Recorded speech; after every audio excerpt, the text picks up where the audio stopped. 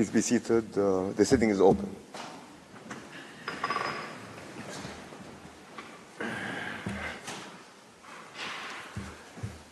La Cour se réunit ce matin. The court meets this morning to hear Colombia, Cuba, Egypt, the United Arab Emirates and the United States of America on the questions submitted to it by the United Nations General Assembly on the legal consequences arising from the policies and practices of Israel in the Occupied Palestinian Territory, including East Jerusalem. I would kindly recall that each delegation must respect the time allocated to it for its presentation, namely 30 minutes. The court will take a short break this morning after Egypt's statement. To the representative of Colombia and invite Mrs. Andrea Jimenez Herrera to address the court.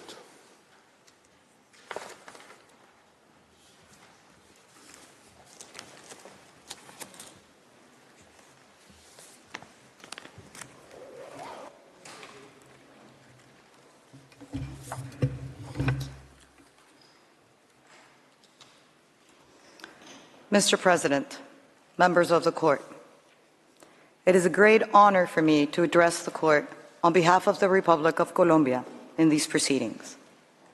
Our presence here today bears witness to Colombia's tradition of respect for international law, but it also reflects Colombia's deep concern about the incidents that regularly occur between the State of Palestine and the State of Israel, exacerbated after the horrific events taking place since 7th October 2023, which have unleashed a cycle of violence that has only worsened an already calamitous situation, causing the death of more than 27,000 civilians and thousands of wounded.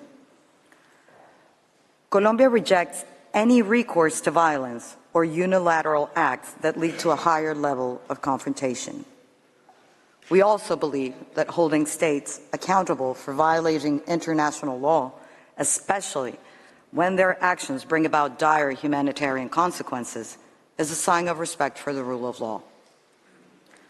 Colombia has expressed before and reiterates today that the occupation of the Palestinian territory is a violation of international law and is contrary to the principles enshrined in the Charter of the United Nations. Furthermore, as the court itself stated in the construction of a wall opinion, it is clear that both Israel and Palestine have the obligation to abide by international law and to respect and ensure respect for international humanitarian law and human rights law within the occupied Palestinian territory. Both states also need to implement in good faith all relevant Security Council and General Assembly resolutions.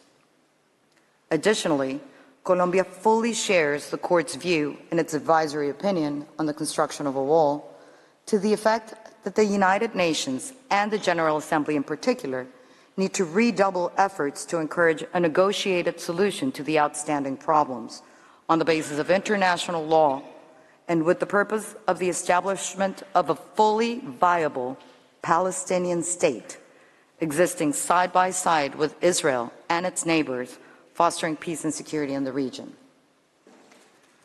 Nearly 2 decades after that landmark decision was issued, and in light of the gravity of the current situation in the occupied Palestinian territory, the advisory opinion to be rendered by the court in these proceedings shall provide much-needed guidance to the UN system and third states in order to continue supporting both states reaching a solution through dialogue and based on mutual respect. Colombia thus considers that through its advisory opinion, the court can contribute to clarifying the law, especially the rules governing the consequences of violations to peremptory norms of international law, namely rules of jus cogens and erga omnes obligations, and to specific legal regimes which are the concern of all of mankind.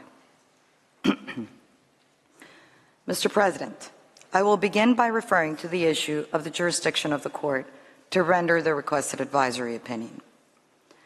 By virtue of Article 65, Paragraph 1 of the Statute of the Court, 2 requirements must be met for the court to have jurisdiction to give an opinion. 1, There must be a formal request from a body duly authorized by the UN Charter or in accordance to it to make such a request. And 2, the question put before the court must be a legal question. It is undisputed that the General Assembly is one of the bodies authorized to make such a request in line with Article 96, Paragraph 1 of the Charter, and that the decision of the General Assembly to submit the questions contained in Resolution 77/247 was adopted in accordance with its rules of procedure and by the required majority. A significant number of states, member states, including Colombia, decided it was important for the General Assembly to receive guidance on the questions put to the court. Therefore, the request observes the first requirement. The second requirement, namely that the question put before the court be a legal one, is also complied with in the present case. Indeed, in your jurisprudence, particularly, for example, in the Nuclear Weapons Advisory Opinion, you've clarified that a question is a legal one when, and I quote, the court is asked to rule on the compatibility of the request with the relevant principles and rules of international law, end of quote. In other words, questions framed in terms of law and raising problems of international law, whereby the court is asked to identify and apply principles and rules of international law, qualify as questions of a legal character. Colombia considers that the questions raised in Resolution 77/247 are indeed framed in legal terms, since they request the court to determine the legal consequences arising from the policies and practices of the State of Israel, a member state of the United Nations, in the Occupied Palestinian Territory, including East Jerusalem, and to ascertain how those actions affect the legal status of the occupation. Those questions are to be answered through the application of rules of international law and therefore constitute legal questions which could form the basis of a request for an advisory opinion. Thus, in the opinion of Colombia, the court has jurisdiction to respond to the questions contained in Resolution 77/247. Mr. President, I will now focus on the question of propriety. In this respect, while Article 65, Paragraph 1 of the Statute of the Court gives the court discretionary power to give or not an advisory opinion that has been requested from it, in its case law, the court clarified certain important points, namely, first, that the court may give an advisory opinion should be interpreted to mean that the court has always a discretionary power to decline to give an advisory opinion even if the conditions of jurisdiction are met. And second, the court is always mindful of the fact that its answer to a request for an advisory opinion represents its participation in the activities of the organization and, in principle, should not be refused.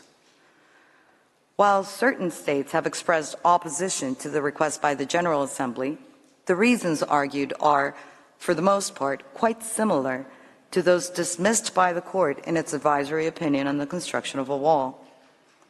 In that case, the court decided to render the requested opinion as, in its own words, and I quote, differences of views on legal issues have existed in practically every advisory proceeding, end of quote. Colombia posits that the court's thorough reasoning then, soundly grounded on its long-standing jurisprudence, is directly applicable to the current request. Consequently, Colombia considers that the court should reach the same conclusion in the present proceedings. That is, that it can and will exercise jurisdiction, and that there are no compelling reasons for it to use its discretionary power not to render an opinion. Hence, Colombia invites the court to pronounce the law on the legal consequences arising out of serious breaches of peremptory norms of general international law and thus assist the General Assembly in the proper exercise of its functions, the United Nations in discharging its responsibilities in this matter, originating, as the court recalled, in the mandate and the partition resolution concerning Palestine, and all states who possess an interest in the protection of erga omnes obligations. Mr. President, an additional important circumstance that should be factored in by the court when deciding as to the propriety of rendering its advisory opinion is that the situation in the Palestinian occupied territory has changed drastically since the request was transmitted to the court in January 2023. On 7th October of the same year, Israel was the victim of a horrifying attack by Hamas.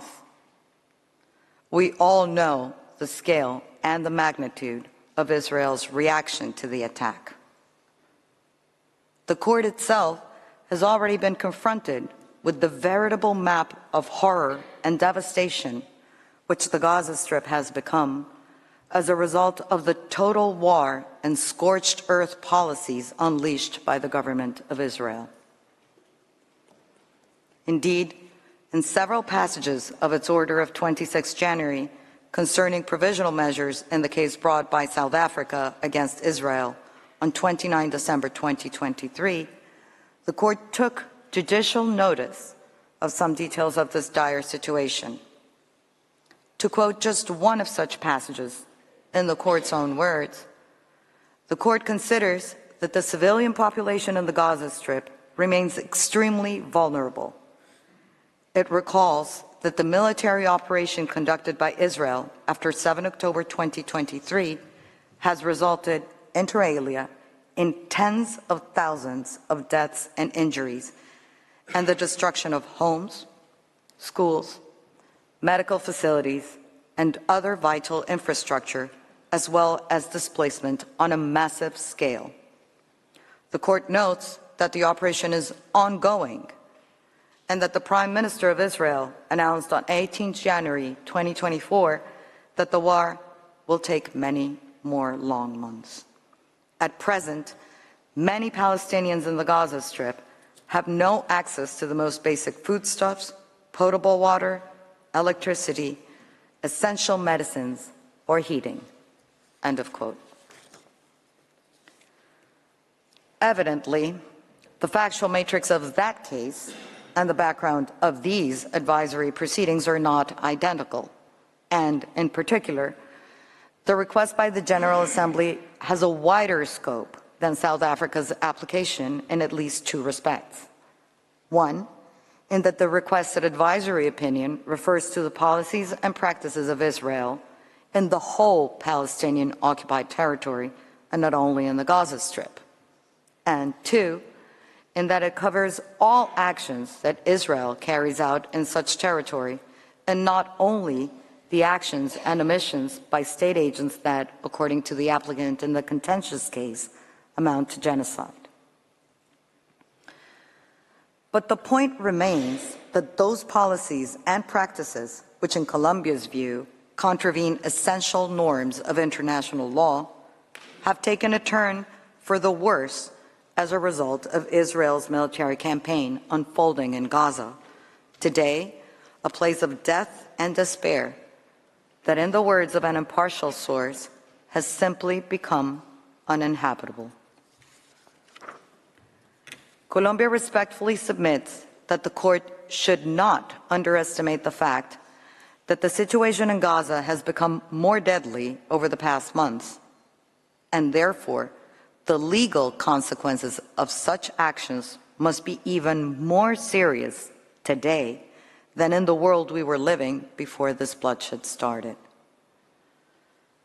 Against that distressing background, and for all the reasons explained above, the government of Colombia, in line with its policy of pursuing total peace both within and beyond its borders, calls upon the court to avail itself of the opportunity to clarify legal aspects that may pave the way for the parties to resume a fruitful discussion and achieve peace, and support the General Assembly to better assist them in that purpose.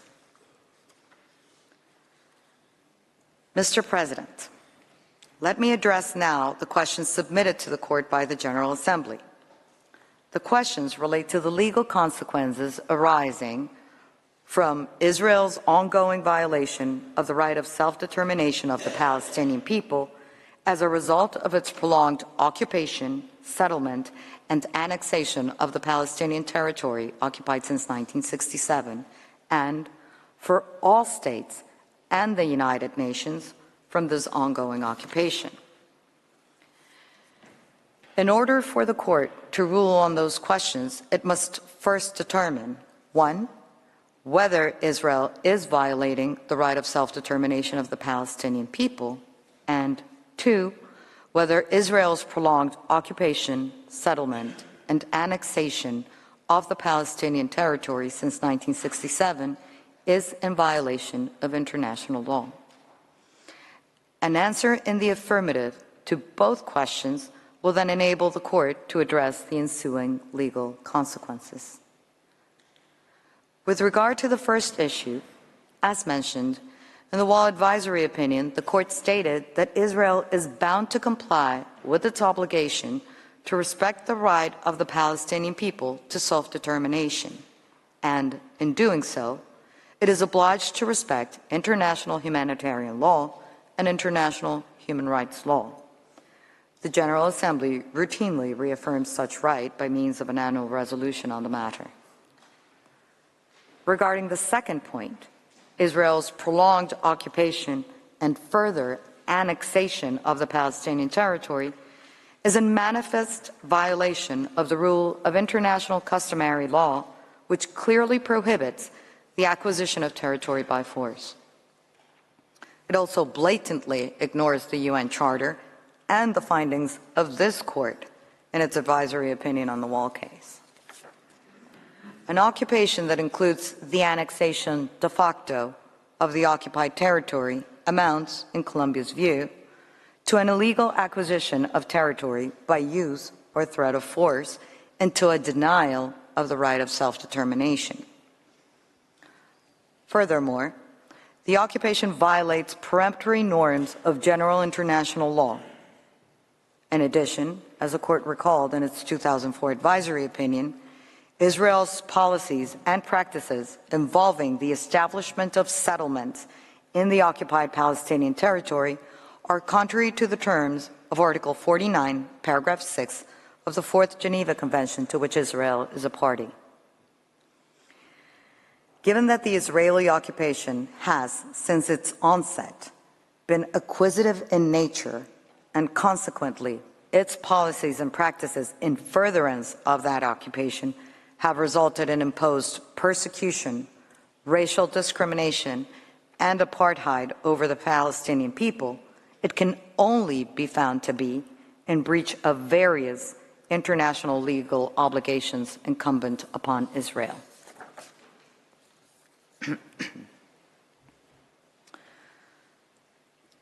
Mr. President, with regard to the consequences of those violations, Colombia is of the view that Israel's actions contrary to international law engage its responsibility and therefore entail distinct legal consequences.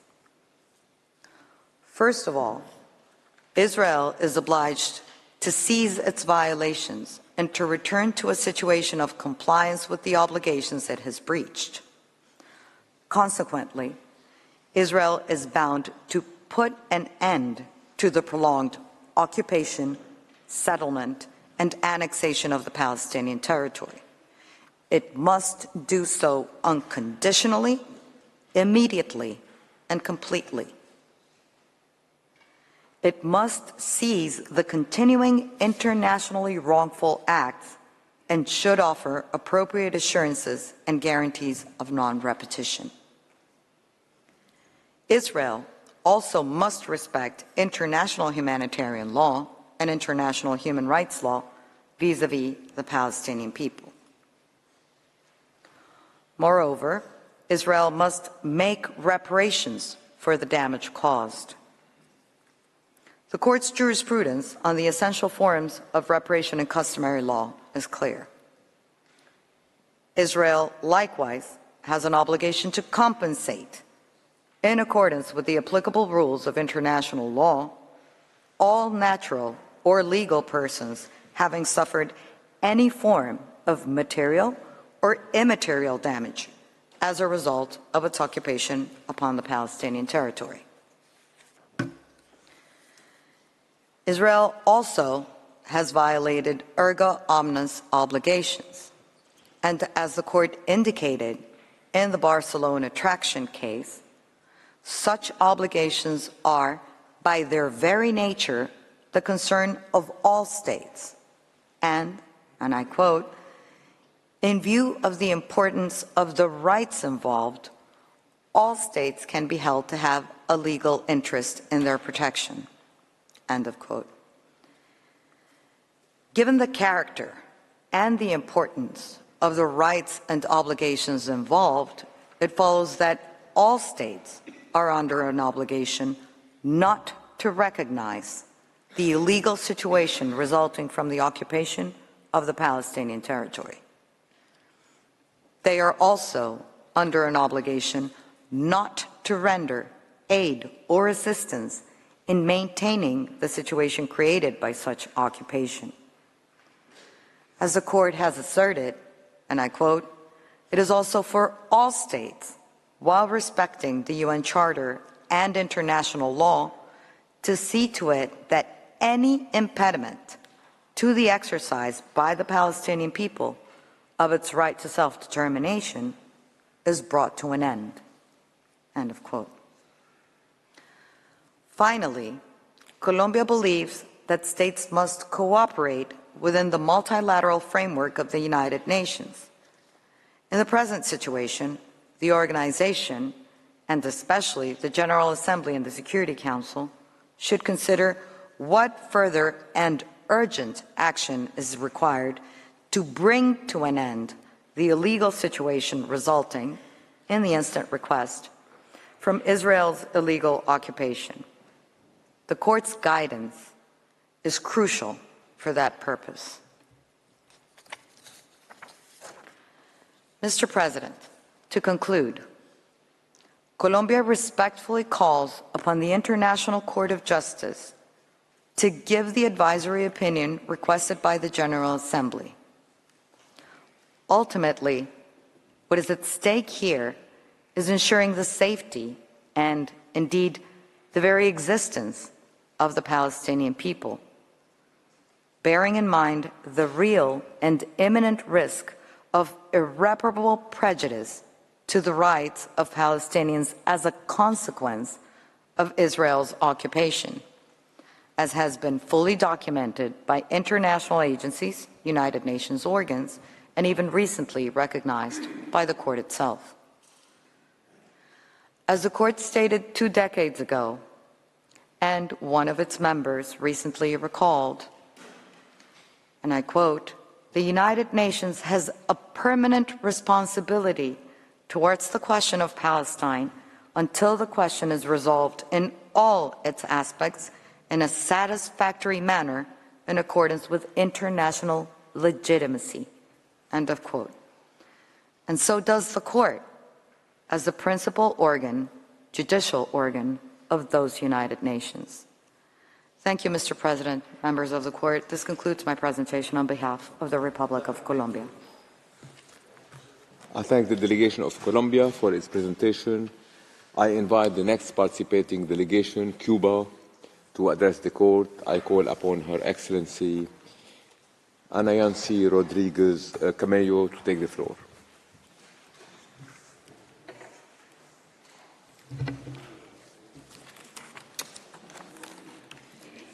Good morning, Mr. President, distinguished members of the court. It is an honor for me to address you on behalf of the Republic of Cuba.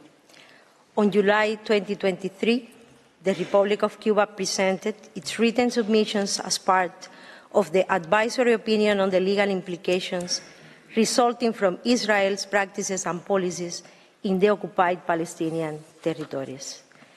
Our delegation appears before this solemn sitting as an expression of Cuba's genuine interest in and commitment to peace, and based on its historical and unconditional solidarity with the peoples that are subject to colonialism and foreign domination.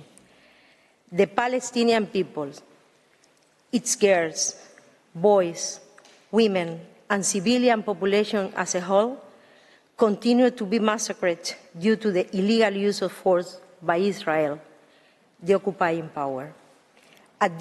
All this takes place with the complicity of countries such as the United States of America, responsible under international law for genocide, war crimes, crimes against humanity, and the apartheid regime that determines where people can live, work, and move around depending on their ethnic and religious backgrounds.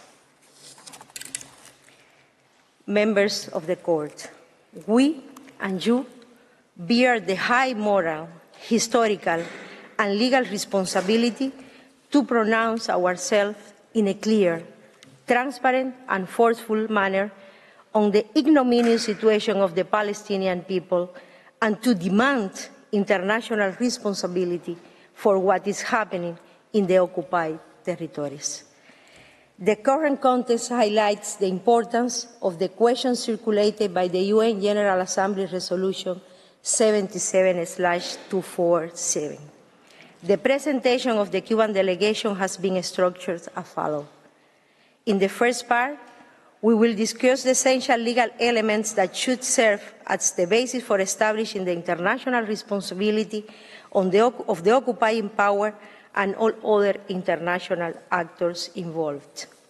In the second part, we will focus on the legal implications and consequences that should be demanded for such internationally wrongful acts or omissions.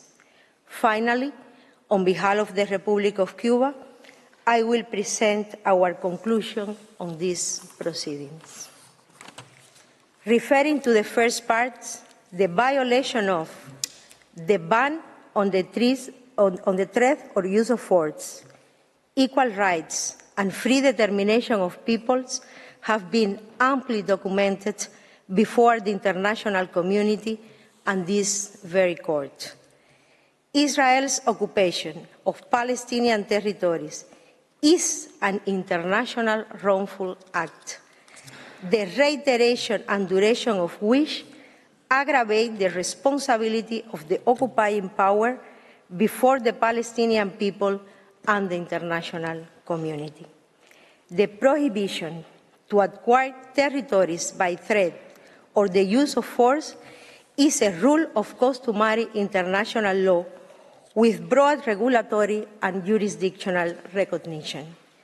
This prohibition applies regardless of whether the territory is acquired as a result of an act of aggression or self-defense. The UN Charter, which is the basic international legal instrument for the new international order and the contemporary international law, is very clear in this regard. This treaty, of which the Statute of the International Court of Justice is an integral part, establishes in Article 2.4 that every state shall refrain from the threat or use of force against the territorial integrity or political independence of any state, or in any other manner inconsistent with the purpose of the United Nations. The Charter itself, in Article 1.2, recognizes as one of its purposes respect for the principle of equal rights and self-determination of peoples, which are systematically and flagrantly denied to the Palestinian people. These violations of general customary international law stand erga omnes.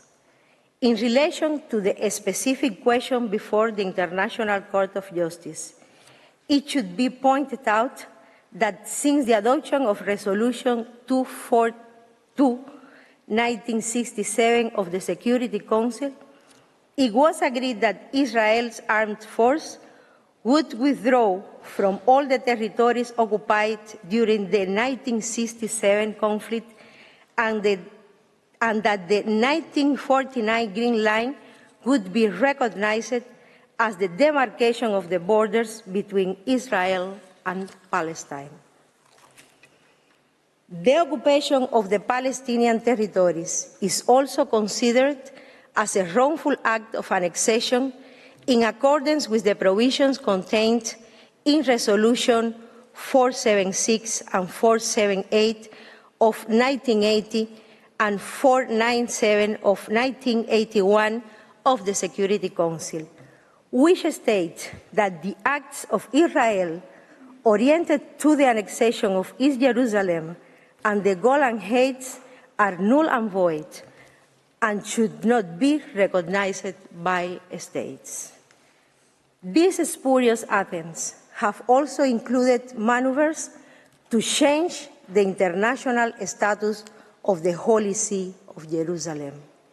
Some states not only recognize and accord legal status to Israel's policies and practices, but act with complicity and blatant impunity to prevent the international community, including the United Nations, from stopping the ongoing genocide.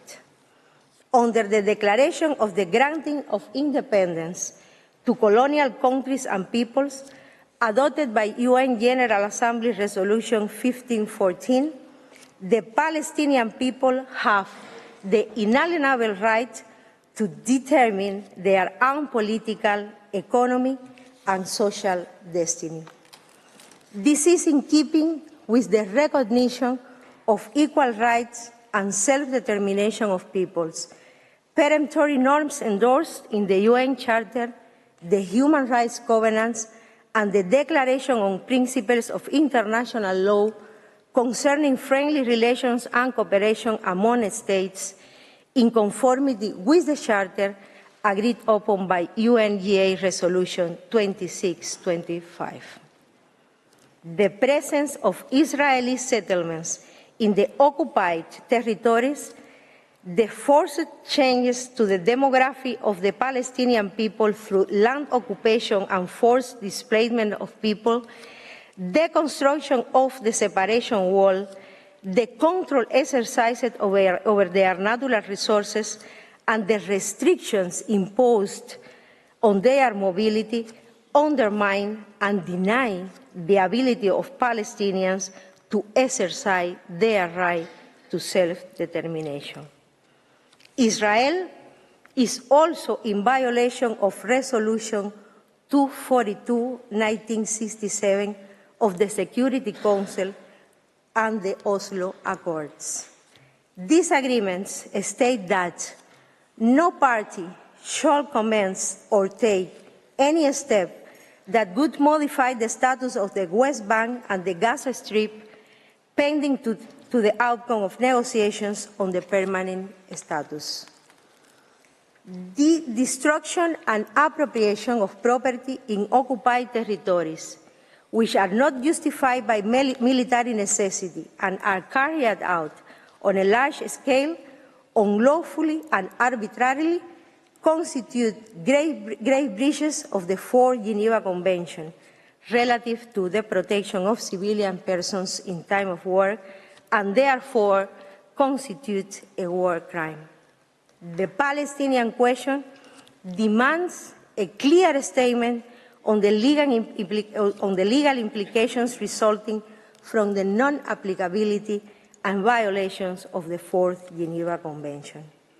Land, sea, and air blockades constitute collective punishment and are extreme violations of freedom of movement and the enjoyment of economic, social, and cultural rights.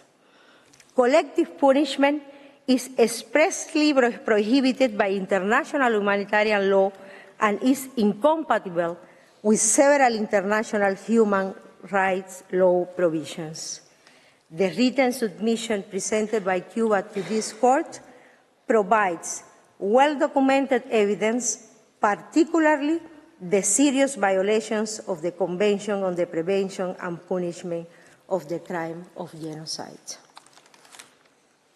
The genocide against the Palestinian people is not limited to the current stage of the extermination war by Israel. All this with the complicity of the United States of America, which prevents the international community from acting to protect the Palestinian people. The justification for fighting terrorism and exercising the right to self-defense are deceitful when they are raised by the aggressors themselves. The legal consequence of current and past events should not be analyzed in a fragmented manner. Taken as a whole, this institutionalized violence, which makes no distinction between civilians and combatants, is part of a broader policy that also includes, in a systematic and organized manner, massive confiscations of land and property, unlawful killings, extrajudicial executions, torture, administrative detentions, forced transfers, restriction on movement, and the denial of nationality and citizenship to the Palestinian population. There is also a discriminatory economic and cultural policy aimed at impoverishing the Palestinian population and denying the realization of their fundamental human rights. The International Court of Justice should make a general assessment of this situation so as to determine the legal implications resulting from it. In this regard, the Republic of Cuba believes that, rather than an obvious apartheid regime situation prosecuted as a crime against humanity, this is indeed an act of low-intensity genocide that is perpetrated with systematic and effective cruelty. To qualify Israel's action merely as acts of apartheid would leave out the implicit intention to exterminate the Palestinian people, either in part or as an ethnic and religious group to whom the right to self-determination is denied.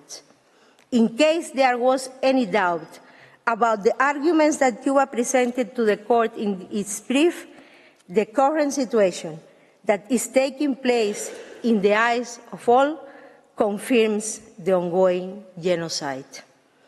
Innocent victims, girls, boys, women, civilians in general, numbers in the thousands.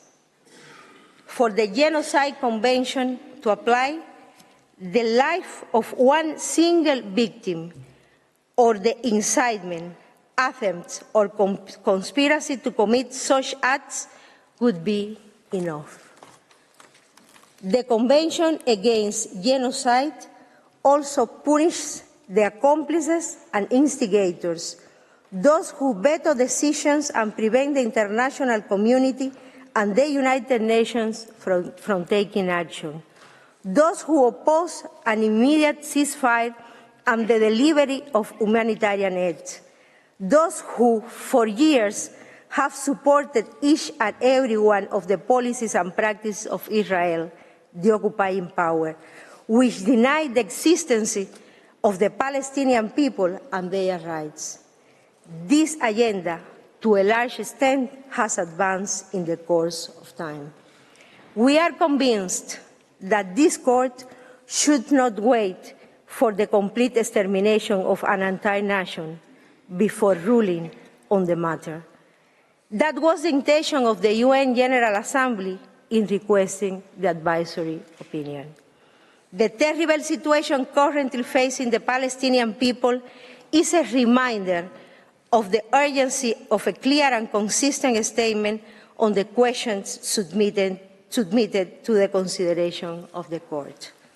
Israel, the occupying power, and its allies must take responsibility for the legal implications resulting from the sustained non-compliance with the international law. Consequently, the analysis of the international responsibility of Israel should go hand in hand with the responsibility of the United Nations and the member state that hinder its actions, creating by sustained and continued omission an international wrongful act that aggravates and worsens a clear situation of violation of international law in the Palestinian occupied territories. There should be a clear and unanimous ruling by the court that impartially and independently establishes the legal implications resulting from depriving the Palestinian peoples from their fundamental rights, including the right to life, freedom, and self-determination. Mr. President, members of the courts, related to the second part, added to the aforementioned international violations, there is the indolent attitudes of Israel, the occupying power, of ignoring the numerous resolutions and decisions adopted by the UN General Assembly, the Security Council, and the International Court of Justice. In this regard, and without intending to cover all issues, our brief to the Court contains a report on the violations of the aforementioned provisions. In line with the foregoing and all other relevant opinions that may be contributed by other states, the main legal implication from this violation, resulting from this violation of international law, should be the declaration of the international legal responsibility of Israel, the occupying power, and its accomplices. All this based on the series of conventional and customary primary rules of international law that have been violated by Israel. Likewise, the aforesaid responsibilities and legal consequences must be established for Israel and its accomplices, in accordance with the secondary rules of state responsibility for internationally wrongful acts contained in the draft articles of the International Law Commission, as reflected in document A5610.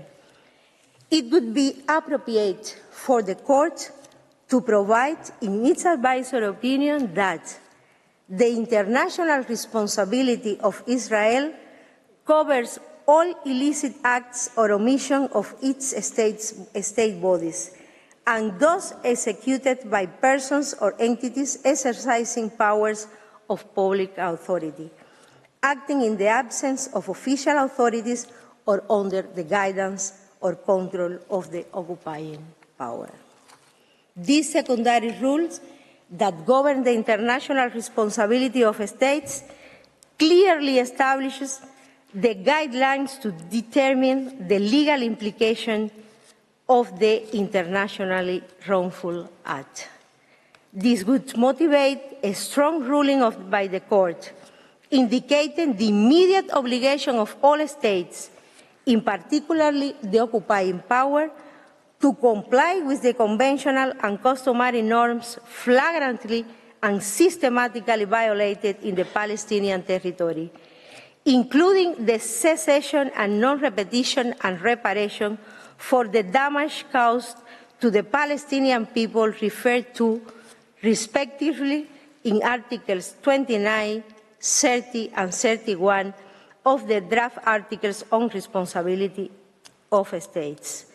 All of the foregoing is without prejudice to the applicable provisions of treaty law. In addition, the International Court of Justice should separately address the international responsibility of other states for the aid and assistance they offer to Israel, including those that supply weapons. It is an undisputed fact that certain members of the organization violate the principles reflected in Article 2 of the Charter, not only by denying the sovereign equality and rights of the State of Palestine, but also by acting in bad faith in such a way that precludes any possibility for a negotiated solution to the conflict that, far from being resolved, has worsened over the last 70 years. In all these years, the United States has systematically and consistently overused its veto power to prevent any effective action by the Security Council and to ensure impunity to Israel. Just yesterday, the U.S.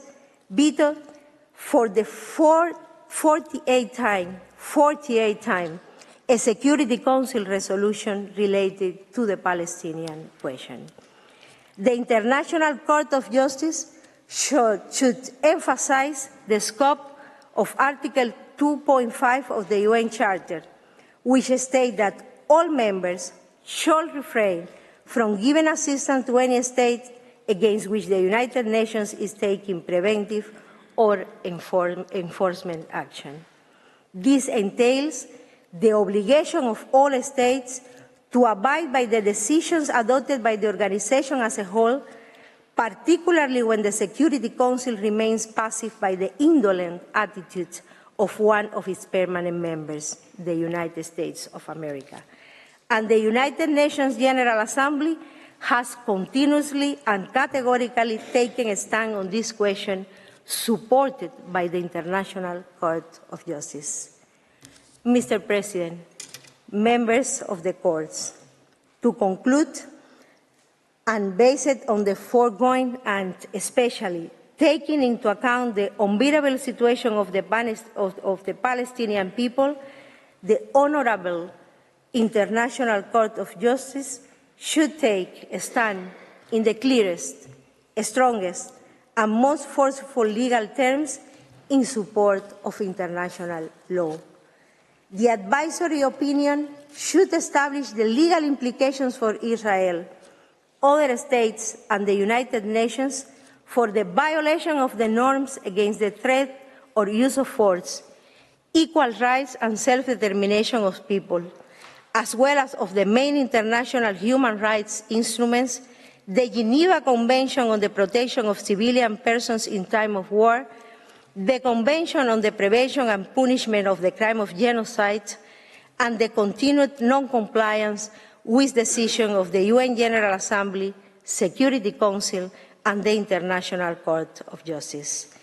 A special pronouncement would be merited by the issues related to the character and status of the Holy City of Jerusalem, in light of the continuous violation by Israel and the regrettable inaction of the United Nations, a direct result of the abusive and irresponsible exercise of the veto privilege in the Security Council. The Court should carefully think about the legal implications of these actions or omissions.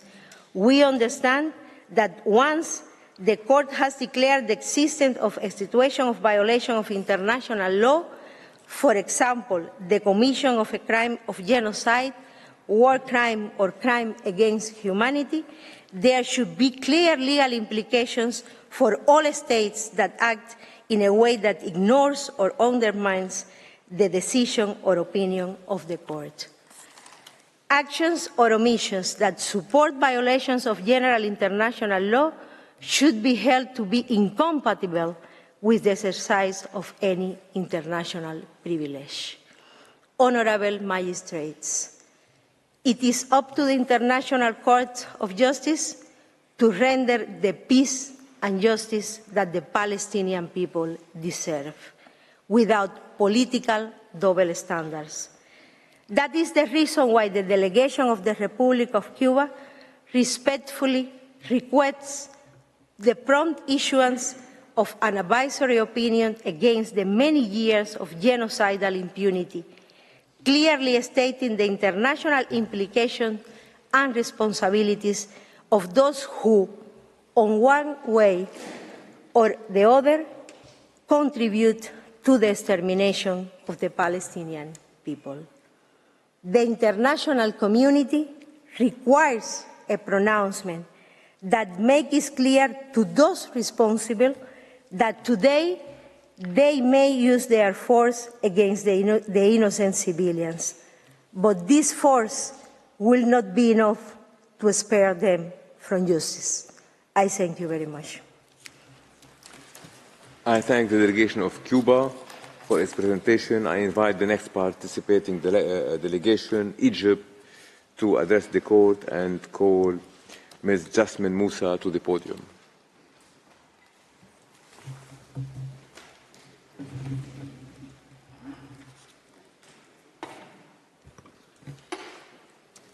Mr. President, distinguished members of the Court, it is my great honour and privilege to appear on behalf of Egypt, of the Arab Republic of Egypt, in this advisory opinion of historical importance, in which the General Assembly is once again seeking the Court's guidance in respect of the question of Palestine. This comes against the backdrop of a 75-year history of displacement, dispossession, collective punishment, and daily, indiscriminate and systematic violence and human suffering of untold proportions. Mr. President, as we speak, Israel's brutal onslaught continues to rage in occupied Gaza, where 29,000 innocent civilians have been killed and almost 2.3 million people forcibly transferred and displaced in violation of international law.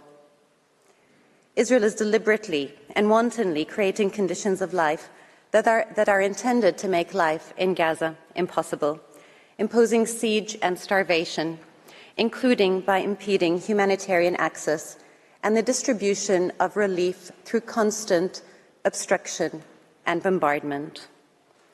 With the impending attack on Rafah, where 1.4 million people have sought refuge, Israel is continuing its policy of mass forcible expulsion of Palestinian civilians, all while the Security Council repeatedly fails to call for a ceasefire in callous disregard for Palestinian life.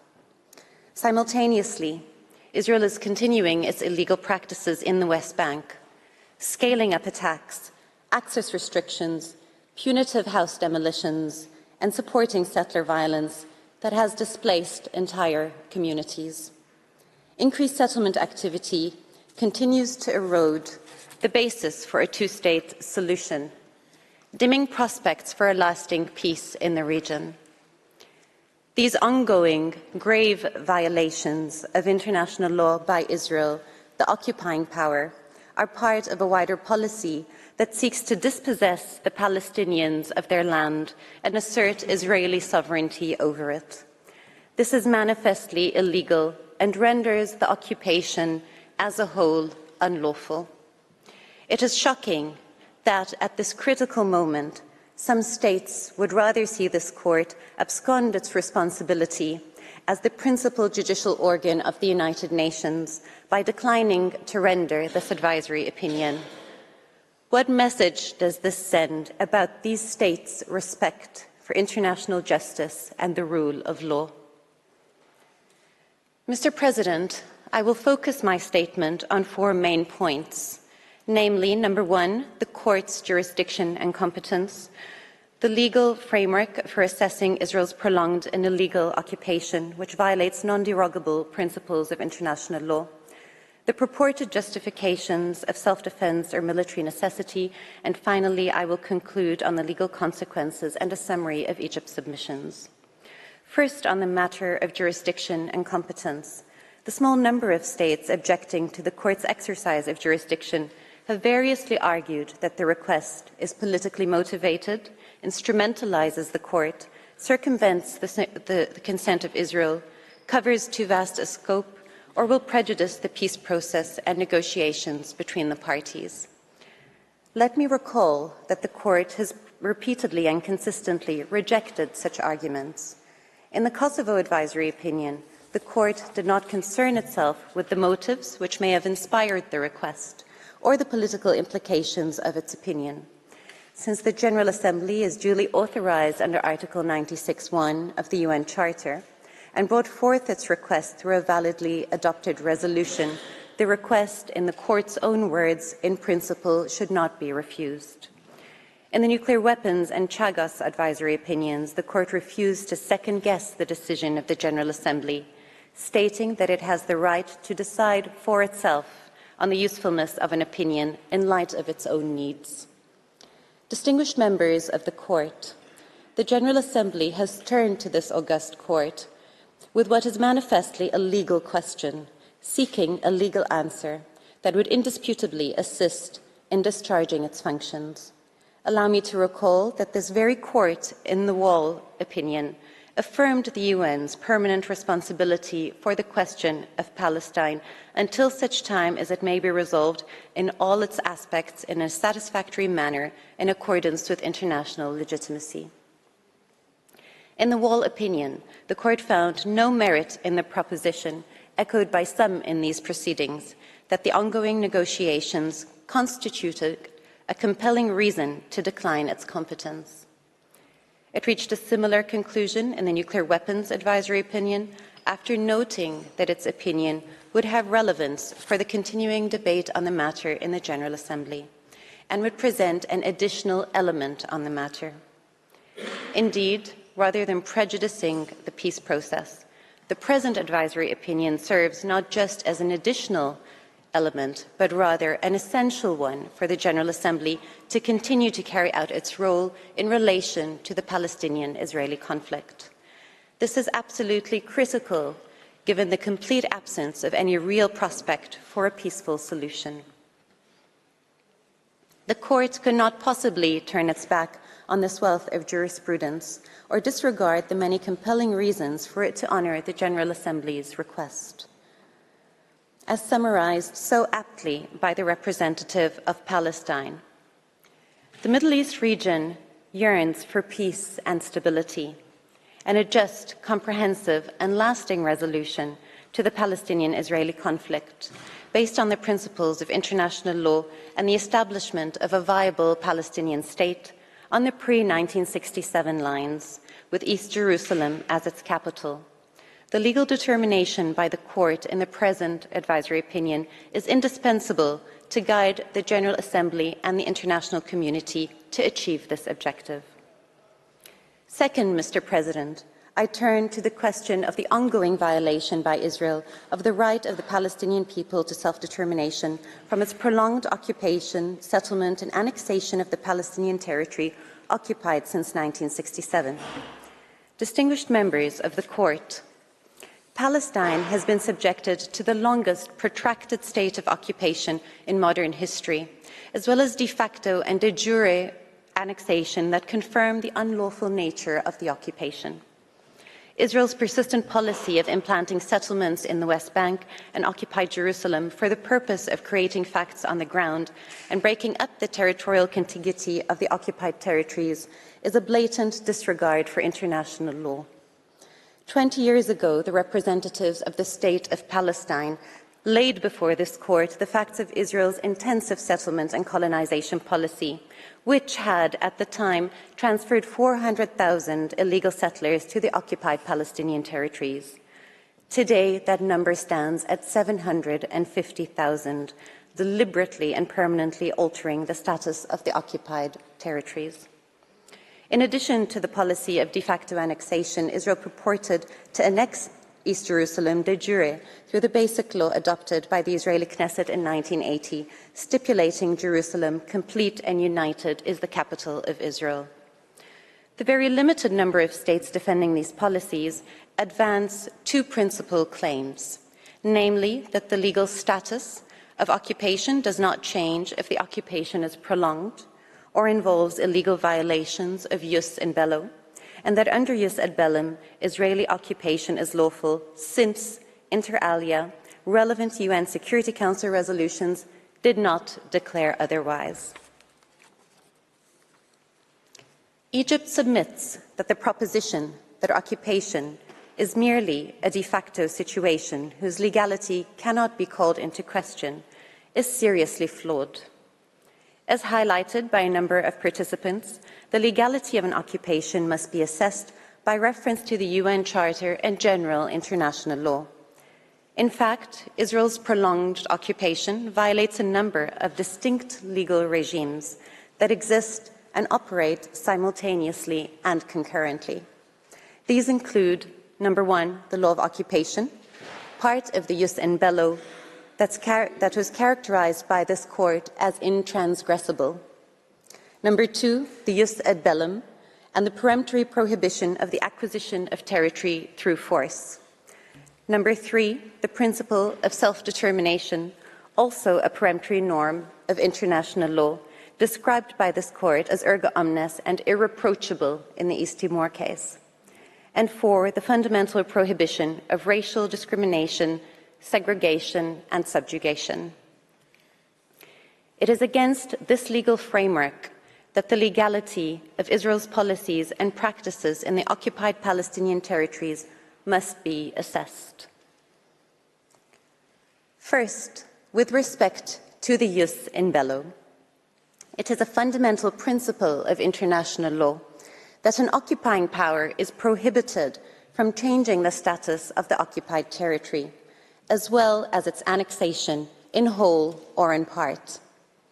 It is only entitled to exercise limited powers intended to be temporary in nature, with the aim of balancing between its own military needs and the protection of the local inhabitants. These are not rights bestowed on the occupying power, but rather limitations on its authority. It flows from this that belligerent occupation is governed by 2 key principles. First, it is a temporary regime, and second, it cannot transfer sovereignty to the occupying power. Rather, it freezes the legal order of the occupied territory throughout the duration of the occupation. The occupying authority is merely a de facto administrator, a principle intended to protect both the inhabitants of the occupied territory as well as the separate existence of the state, its institutions, and its laws. This is reflected in Article 47 of the 4th Geneva Convention, and is precisely what distinguishes occupation from annexation. The prohibition of permanently changing the occupied territory extends also to its demographic component. Article 49 of the 4th Convention prohibits individual or mass forcible transfer of civilians outside the occupied territory and the transfer by the occupying power of parts of its own civilian population into the territory it occupies. According to the 1958 commentary, this was intended to prevent a practice adopted during the Second World War by certain powers, which transferred portions of their own populations into occupied territory for political and racial reasons and in order, as they claimed, to colonize those territories. As demonstrated in Palestine's statement, there is overwhelming evidence that Israeli support for and maintenance of settlements is intended to permanently alter the demographic composition of the occupied Palestinian territory and extend Israeli sovereignty over it. This is coupled with Israel's mass forcible transfer and forced displacement of the Palestinians in Gaza through its illegal evacuation orders and indiscriminate use of force, which has been labeled by the UN Special Rapporteur on the situation of human rights in the occupied Palestinian territory as ethnic cleansing. It should be highlighted that Article 49 not only prohibits forced transfers, but also, in the court's own words, and I quote, any measures taken by an occupying power in order to organize or encourage transfers of parts of its own population into the occupied territory. Numerous resolutions of the General Assembly and Security Council affirmed the illegality of Israel's settlements, annexation, and measures altering the demographic composition, character, and status of the Holy City of Jerusalem, considering them invalid and a flagrant violation of the 4th Convention, while requiring Israel to desist from such practices. Security Council Resolution 298 stated, and I quote, all legislative and administrative actions taken by Israel to change the status of the city of Jerusalem, including expropriation of land and properties, transfer of population, and legislation aimed at the incorporation of the occupied section, are totally invalid and cannot change that status. The Council also declared in relation to Jerusalem in Resolution 478 of 1980 that Israeli legislative and administrative measures are null and void and must be rescinded forthwith. Israel remains in defiance of these and subsequent resolutions, including Resolution 2334 of 2016 and numerous General Assembly resolutions, in addition to the provisions of the Geneva Conventions previously described. Israel's prolonged military rule and its strategic settlement policy, considered a national value under Israeli legislation, is essentially a systemic de-Palestinianization of the occupied territory, including Jerusalem, intended to permanently change its demographic characteristics and enhance its Jewish component, thereby achieving the de jure and de facto annexation of that territory.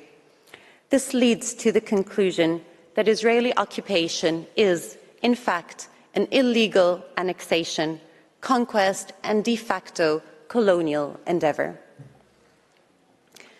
Mr. President, the second legal principle by which the legality of Israel's occupation is to be assessed is Article 2.4 of the UN Charter, which prohibits the acquisition of territory through force, one of the most fundamental principles of the post-UN Charter era.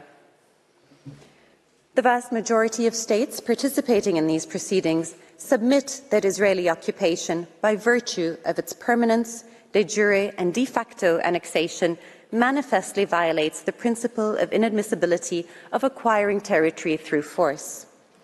Only one state has attempted to justify Israel's actions by contesting the Palestinians' title to the occupied territories and justifying Israel's territorial expansion as the product of a defensive war.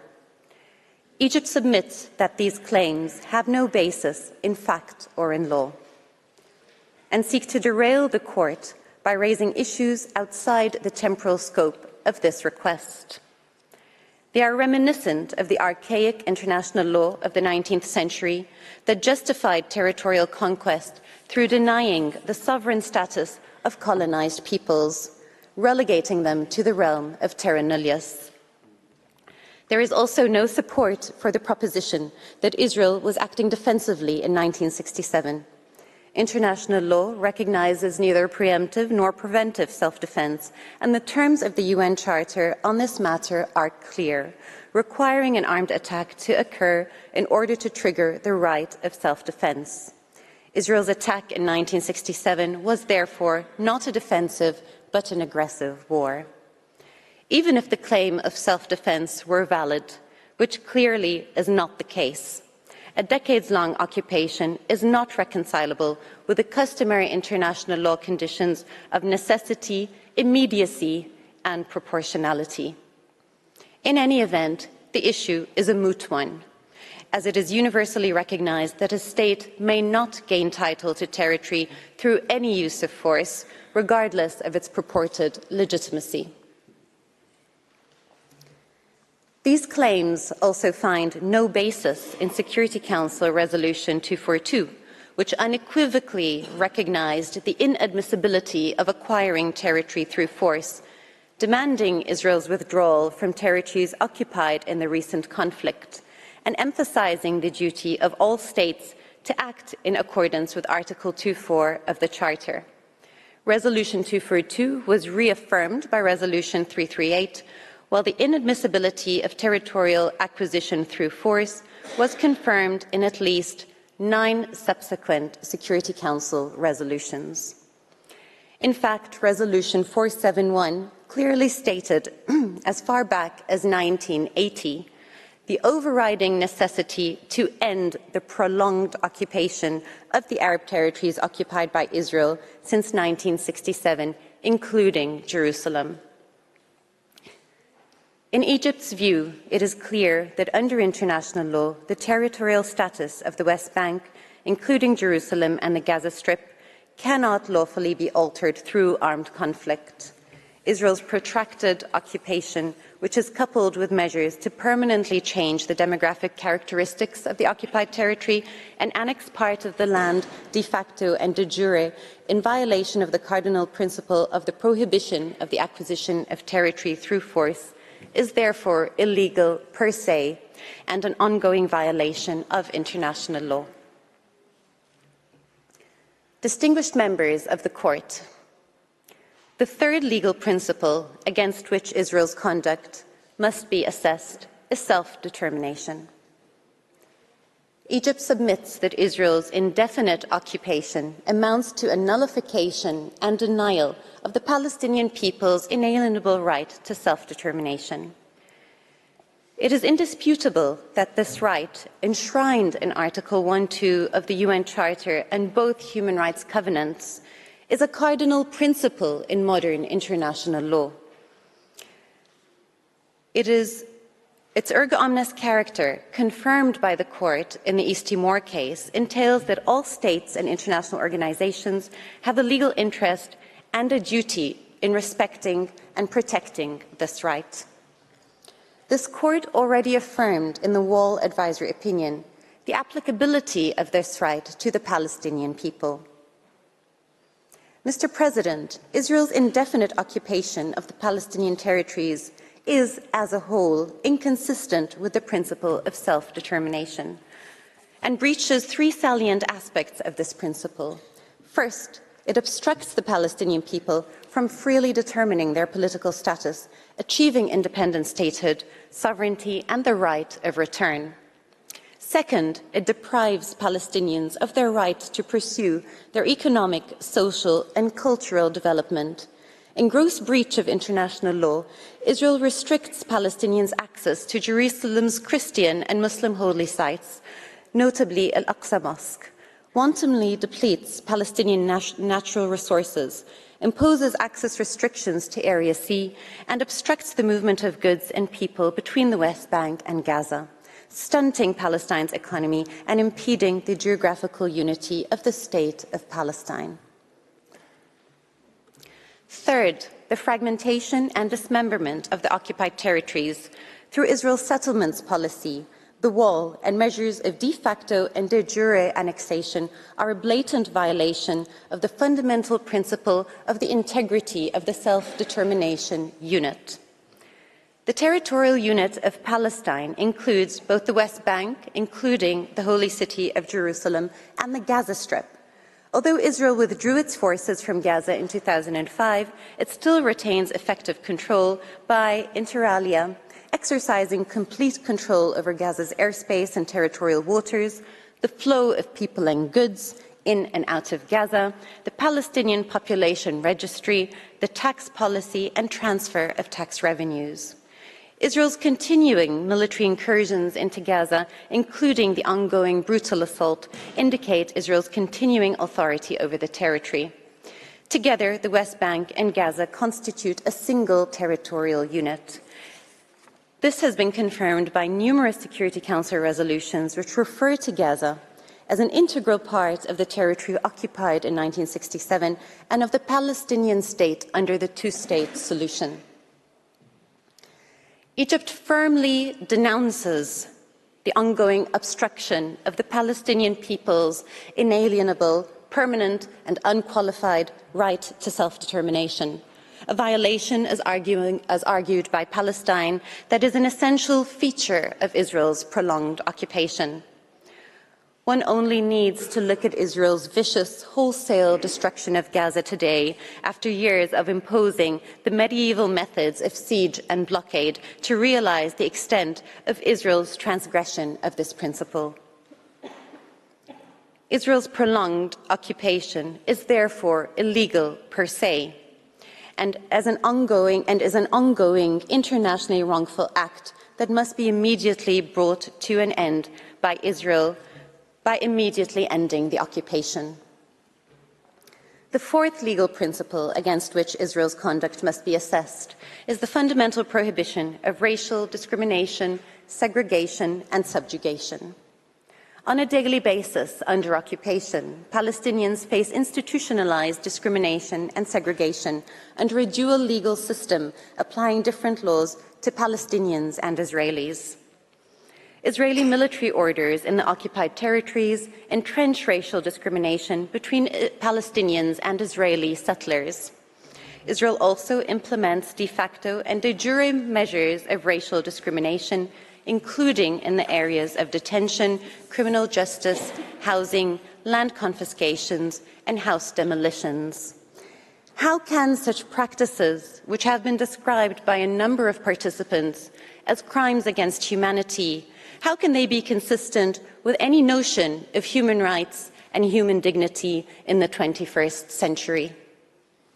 Israel is under an obligation to repeal all such legislation that maintains its systematic, oppressive, and institutionalized policy of racial discrimination and segregation against the Palestinian people, and to cease all discriminatory policies and practices. I now turn to whether self-defense or military necessity may justify Israel's prolonged occupation. The argument that a state may exercise self-defense against a territory under its own military occupation and effective control is counterintuitive, particularly since the occupying state has the authority and even the obligation to ensure public order and safety in the occupied territory. In the Wall advisory opinion, this court found that Article 51 of the Charter, which recognizes the inherent right of self-defense, had no relevance, as the acts invoked by Israel were acts arising out of the occupied Palestinian territory, which is under Israeli effective control and not imputable to another state. Egypt finds no reason for the court to depart from this considered opinion in the current proceedings. The court also rejected the justification of military necessity. The modern conception of military necessity is strictly limited to the contexts in which it is expressly recognized. It is thus already considered in the formulation of the obligations set out in humanitarian conventions, some of which expressly exclude reliance on military necessity. For example, no military necessity qualification is permitted under Article 49, paragraph 6 of the Fourth Geneva Convention, which prohibits the transfer of any part of the occupying power's civilian population into an occupied territory. This cannot be justified as a safety measure taken by Israel in the exercise of its prerogatives as an occupying power. According to the legal maxim, ex injuria jus non oritur, one should not be able to profit from one's own wrongdoing.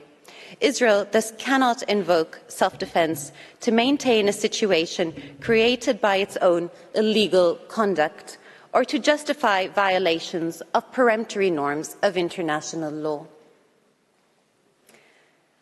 Distinguished members of the court, for how much longer do the Palestinian people need to wait before they are able to exercise their legitimate rights under international law?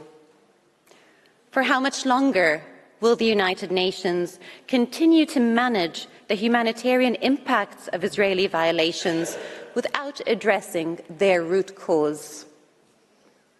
History will judge us for how we respond today. Egypt respectfully submits that the court should advise the General Assembly that, number one, the prolonged Israeli occupation is, per se, a continuing violation of international law for its breach of, number one, the jus in bello, number two, the prohibition of the acquisition of territory through force, number three, the right to self-determination of the Palestinian people, and number four, the prohibition of racial discrimination, segregation, and subjugation. Second, Israel, as the wrongdoing state, is obliged to make full reparation through restitution, compensation and satisfaction, either singly or in combination, by ceasing immediately and unconditionally its unlawful occupation of Palestinian territory and rescinding the associated unlawful policies and practices of annexation, settlements and discriminatory legislation. 3, all states have a duty not to recognize the illegal situation created by Israel's ongoing violation resulting from its prolonged occupation, settlement and annexation of the occupied territory, and not to render aid or assistance in maintaining that situation. Mr. President, the consequences of Israel's prolonged occupation are clear, and there can be no peace, no security, no stability, no prosperity in the Middle East without upholding justice and the rule of law for the Palestinian people. I thank you. I thank the delegation of Egypt for its presentation. Before I invite the next delegation to make its oral statement, the court will observe a break for 10 minutes. The sitting is suspended.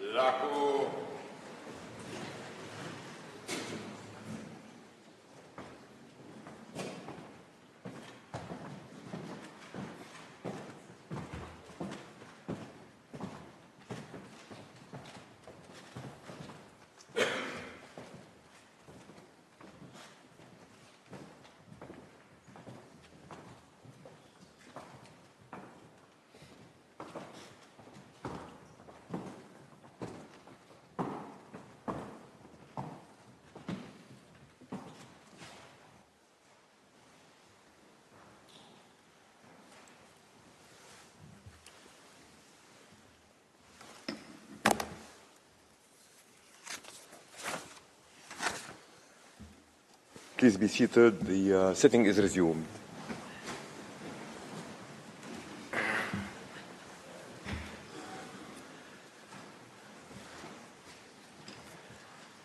I now call upon the delegation of the United Arab Emirates to address the court and invite Her Excellency Lana Nusaybi to take the floor.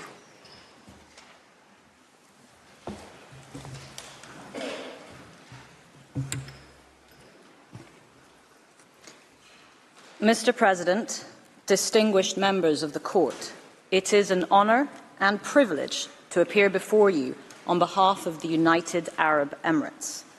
The gravity of the situation we are called to address has compelled the UAE to participate in advisory proceedings for the first time in its history. Allow me to begin by affirming the UAE's recognition of the importance of the Court's advisory function in clarifying applicable legal frameworks contributing to peaceful relations between states. This is critical at a time of growing polarization over when and how international law is applied. International law cannot be an à la carte menu. It must apply equally to all. And it is all the more essential in the long shadow cast by the Palestinian question, an injustice that has persisted for more than 7 decades, and which implicates the most fundamental principles of the international system, of self-determination, of human rights, and of our most basic and universal yearning for peace, justice, and freedom. By responding to the General Assembly's request to render an advisory opinion, the Court will tangibly assist the Assembly's proper exercise of its functions in relation to the question of Palestine. It will also contribute to achieving a peaceful and just resolution of the conflict, included in the preservation of the parameters of the two-state solution, to which Member States have collectively subscribed. This is vital not only for Palestinians and Israelis, but for peace and stability in our region and beyond. The UAE strongly believes that the only path to that just and lasting peace is through the fulfillment of the long-denied right of the Palestinian people to self-determination with an independent and sovereign Palestine based on the 1967 borders, with East Jerusalem as its capital, living side by side with Israel. That right to self-determination and the duty of every member of the international community to cooperate in its fulfillment was expressly recognized in this Court's advisory opinion of 2004. Mr. President, rather than repeat the UAE's written statement of July 2023, I will elaborate on 5 key points here today. My first point addresses the significance of this advisory opinion to the realization of the two-state solution. In so doing, I wish to respond to the claim that in providing an advisory opinion, the Court would hinder the negotiating process. I will then direct my second submission to the deteriorating situation in the Occupied Palestinian Territory since the written stage of these proceedings. Third, I will devote some time to East Jerusalem and Israel's violations there, including its annexation of territory and its undermining of the legal and historic status quo. Israel's violations in the West Bank, in East Jerusalem, and in the Gaza Strip imperil the two-state solution. The conclusion that flows from these violations is that Israel's occupation is illegal. This will be my fourth point. Finally, I will focus on the consequences of Israel's unlawful actions for Israel, for all states, and for the United Nations. I will now address the first point, the two-state solution. The General Assembly and the Security Council, through dozens of resolutions, have entrenched the two-state solution as the basis for peace. This vision necessarily includes the Gaza Strip as part of the Palestinian state, as reaffirmed most recently by the Security Council in Resolution 2720 of 22 December 2023. The viability of this vision of peace and of an independent Palestinian state are imperiled by Israeli violations that are the subject of the present proceedings. Since the General Assembly's request to the Court in December 2022, these violations and the level of violence have risen sharply. We convene today while Israel's grave violations against Palestinians persist with impunity, 4 months into its military operation in Gaza and following 4 failures by the Security Council to call for a ceasefire. Meanwhile, an increasingly brutal Israeli regime of systemic subjugation in the West Bank compounds Palestinian suffering. The horrors that have unfolded over the last few months, the 7th of October attack on Israel, the destruction of the Gaza Strip, and the oppression in the West Bank underscore the desperate need for realizing the two-state solution. In the context of this grim reality, the Court's advisory opinion is appropriate, it is urgent, and it is necessary. Far from prejudicing the negotiating framework, the Court's opinion will reinforce the contours of the two-state solution. Indeed, that solution must be consistent with international law. In the Wall opinion, the Court recognized that a negotiated solution and the establishment of a Palestinian state alongside Israel must be on the basis of international law. This is also what the Security Council reaffirmed most recently in Resolution 2720. These pronouncements make clear that a negotiating process could not and must not lead to a result that is contrary to international law. And it is self-evident that a negotiating process that results in the contravention of peremptory norms of general international law would be void. By their very nature, peremptory norms are non-negotiable. The fact that a solution is negotiated does not mean that it should not be principled. By responding to the questions posed by the General Assembly as regards Israel's violations and their consequences, the Court will be advising on legal questions directly relevant to the two-state solution. In so doing, the Court will aid efforts to realize the right of the Palestinian people to self-determination. This could not be more pressing. Moreover, as the State of Palestine observed in its oral statement on Monday, the Court's exercise of its advisory function can and has served to advance deadlocked negotiations, as occurred with its Chagos opinion. There is a similar need for the Court's advice on the Palestinian question, which is characterized by prolonged stalemate and frustrated negotiations, while Israel continues to change facts on the ground. Mr. President, the 56 years of occupation of Gaza and the West Bank, including East Jerusalem, have been shaped by Israel's consistent, grave violations against the Palestinian people. The UAE is confident that the Court has before it ample evidence to assist its identification of those violations and determination of their legal consequences. As I turn to my second point, I will outline briefly how the situation has severely deteriorated since July 2023. Under international law, the Gaza Strip is occupied territory. Gaza is also one of the most densely populated places on Earth.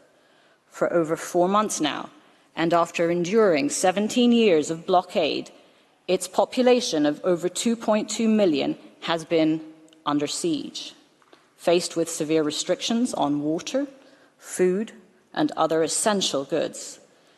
The level of human suffering faced by civilians in Gaza, predominantly women and children, is on a scale seldom seen in the modern era. Israel's indiscriminate attacks on the Gaza Strip have caused massive civilian casualties and the extensive destruction of homes, schools, and hospitals. Some 75% of Gaza's total population is displaced. I note here, Mr. President, the latest orders issued to the Israeli Defense Forces to plan for the evacuation of Rafah ahead of another military offensive. That offensive would leave the approximately 1.5 million displaced Gazans taking refuge in the city with nowhere to go.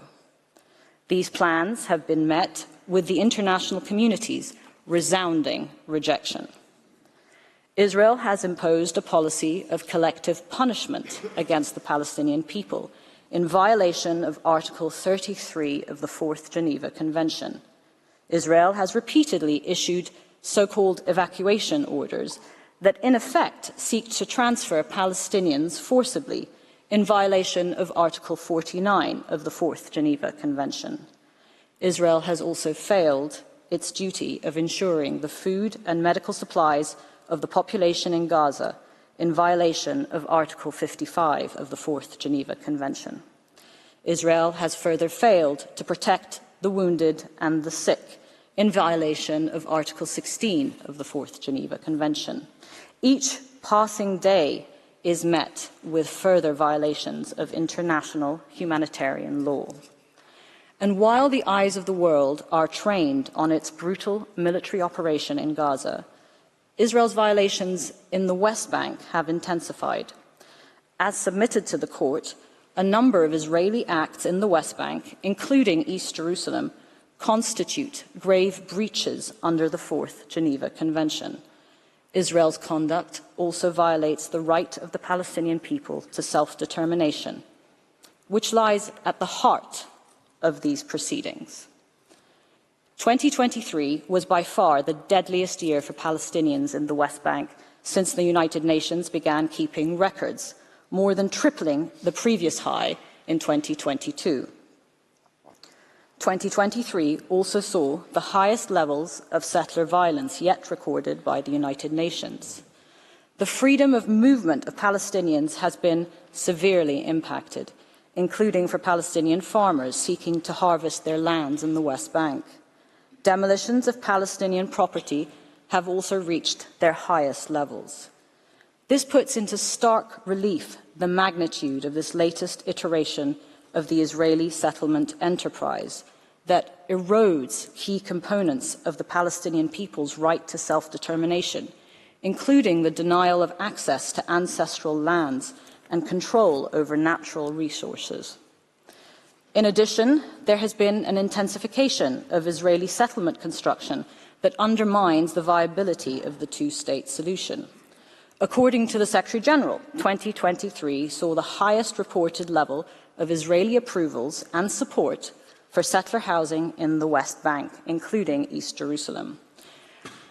I raise these recent developments to underline that the violations at the core of the questions posed by the General Assembly are not static. After decades of violent dehumanization, dispossession, and despair, the breaches resulting from the Israeli occupation in all parts of the occupied Palestinian territory are worsening at an alarming pace. I will now focus on Israel's long-standing violations in East Jerusalem. Jerusalem is a city of unique cultural and religious depth and texture that has occupied, through history, a place at the crossroads of cultures and civilizations. The city of Jerusalem has the unique feature of being sacred for all three Abrahamic religions and is home to a host of holy places. This feature has put a special imprint on the city's character, and the international community has accordingly underlined the need to preserve Jerusalem's unique spiritual and religious dimensions. If Jerusalem has, throughout its long history, represented one thing, it is tolerance. In the words of UNESCO, more than any other place in the world, Jerusalem embodies the hope and dream of dialogue between cultures, civilizations, and spiritual traditions, a dialogue through which mutual understanding between peoples may flourish. Such is the unique historical nature of Jerusalem that an Israeli official once cautioned that anyone depriving Jerusalem of these contrasts, anyone upsetting the equilibrium by trying to make one factor predominant over another, would make Jerusalem cease to be herself. Jerusalem is a place of enormous significance to hundreds of millions of people worldwide. On account of their artistic, religious, and historical value, the Old City and the holy places are of exceptional importance to all humanity. Jerusalem's unique character has given rise to specific legal obligations as regards the rights of religious communities, including specific guarantees of access to the Christian, Jewish, and Islamic holy places. Since 1757, it has been the case that whoever holds Jerusalem is bound by this legal and historic status quo. As early as 1948, the Security Council urged all governments and authorities concerned to take every possible precaution for the protection of the holy places and of the city of Jerusalem, including access to all shrines and sanctuaries for the purposes of worship. The concerns that motivated the Council then still remain. In 2023, the Security Council called for upholding unchanged the historic status quo at the holy sites in Jerusalem in word and in practice. Israel has, in agreements with Jordan and with the Holy See, committed to the historic status quo and freedom of access to the holy places in Jerusalem. In the Wall opinion, the Court relied on such bilateral agreements, observing that they were part of the specific guarantees of access to holy places. It is therefore gravely disconcerting that Israel has taken and continues to take measures which undermine the special character of Jerusalem and erase its cultural heritage. Israel is in breach of its obligations by repeatedly interfering with the holy places and hindering freedom of access to them. Since the start of the occupation in 1967, Muslims and Christians have been impeded from worshipping at their holiest sites. Also in breach of the historic status quo are Israel's excavations in Jerusalem. Excavations and tunneling, particularly in and around the Old City, imperil its historical, cultural, and religious character. The works are carried out despite the serious risks to the integrity of Muslim and Christian holy places. The General Assembly has determined that these acts are flagrant violations of the Fourth Geneva Convention. Turning to the question of settlements, the ring settlements in East Jerusalem contribute to the further isolation of the city from the rest of the occupied Palestinian territory. They thereby undermine the viability of East Jerusalem as the capital of an independent Palestinian state. This is fast becoming a fait accompli. Mr. President, Israel's measures to extend its administration and laws to East Jerusalem are inconsistent with the most fundamental tenets of the law of occupation and the right to self-determination. Indeed, Israel's administration of East Jerusalem constitutes annexation of territory on which the Palestinian people have the right to self-determination. International law is unequivocal in this respect. All measures by Israel that affect or aim to alter the status of East Jerusalem are null and void and have no legal effect on its status. By Resolution 478 of 1980, the Security Council affirmed that Israel's enactment of the Basic Law was a violation of international law. Resolution 478 was plainly intended to be legally binding on Israel and all UN member states. A binding determination by the Security Council to the effect that a situation is illegal must have consequences. As the Court noted in the Namibia opinion, it would be failing in the discharge of its judicial functions if it did not declare that there is an obligation to bring such a situation to an end. Israel's violations in East Jerusalem and throughout the occupied Palestinian territory threaten the viability of the two-state solution and go to the very nature of the occupation. It is in this context that I come to the legality of the occupation itself. The Security Council reaffirmed in 1980 the overriding necessity for ending the prolonged occupation of Arab territories occupied by Israel since 1967. The General Assembly has declared that the Arab territories occupied since 1967 have continued to be under illegal Israeli occupation. Israel's occupation is, as the vast majority of participants in these proceedings have recognized, illegal and must end. Israel's occupation breaches the requirement under the law of occupation that an occupation must be temporary and cannot become permanent. It is in breach of the cardinal principle enshrined in the Charter of the United Nations that the acquisition of territory by war is inadmissible. Israel's occupation, furthermore, violates peremptory norms of general international law, such as the Palestinian people's right to self-determination. Mr. President, whether the illegality of Israel's occupation is determined under general international law or under the Charter, the conclusion is the same. It is illegal. Israel's illegal acts cannot remain without consequence, which takes me to my last point. Mr. President, distinguished members of the Court, I will now address the legal consequences of the ongoing violations by Israel. I wish to draw the Court's attention to the obligations identified by the Court in the Chagos and Wall opinions.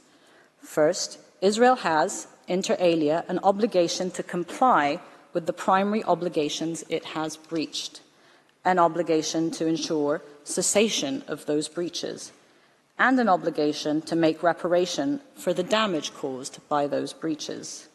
Let me illustrate these obligations with a few examples. This means that Israel must cease all policies and practices impeding the exercise of the Palestinian right to self-determination, and repeal all laws and regulations that aim to alter the demographic composition, character, and status of East Jerusalem. It also means that Israel must ensure freedom of access to the holy places and respect the legal and historic status quo.